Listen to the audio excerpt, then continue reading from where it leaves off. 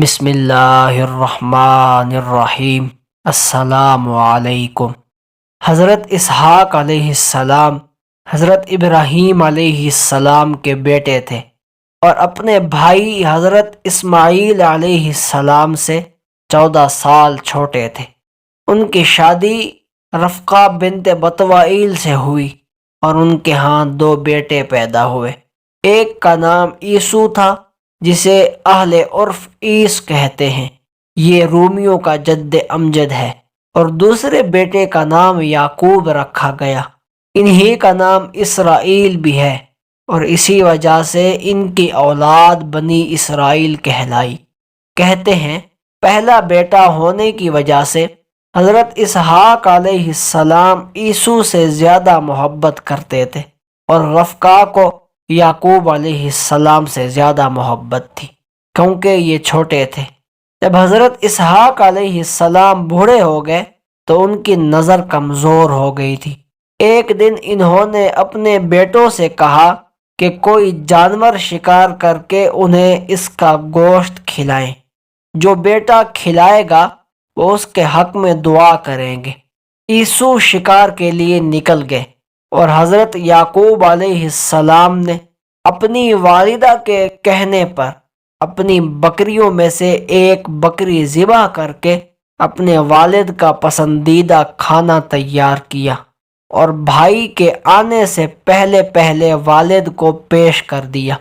حضرت اسحاق علیہ السلام نے دعا فرمائی کہ میرے جس بیٹے نے مجھے کھانا کھلایا، اللہ کرے وہ اپنے بھائیوں سے زیادہ معزز ہو، وہ ان کا اور بعد والی قوموں کا سردار ہو اور اس کے رزق اور اولاد میں اضافہ ہو۔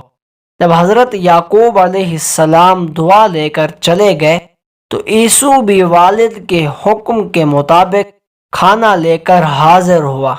جب اسے معلوم ہوا کہ یعقوب علیہ السلام پہلے ہی آ چکے تھے اور دعا بھی لے چکے تو انہیں یعقوب علیہ السلام پر غصہ آیا اور وہ کہنے لگے کہ والد کی وفات کے بعد بھائی کو مار ڈالے گا۔ لیکن حضرت اسحاق علیہ السلام نے عیسو کو منع فرمایا کہ تم ایسا ہرگز مت کرنا، میں تجھے بھی دعا دیتا ہوں کہ تجھے اور تیری اولاد کو زرخیز زمین ملے، رزق اور پھلوں میں اضافہ ہو اور تیری نسل سے بہت مخلوق پیدا ہو۔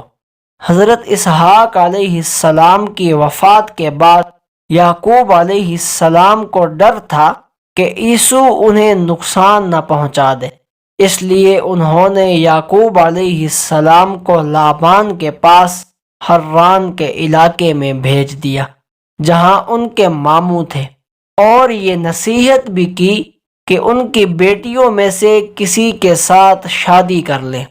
جب حضرت یعقوب علیہ السلام اپنے ماموں کے پاس پہنچے تو ان کی 2 بیٹیاں تھیں، بڑی کا نام لیا اور چھوٹی کا نام راحیل تھا۔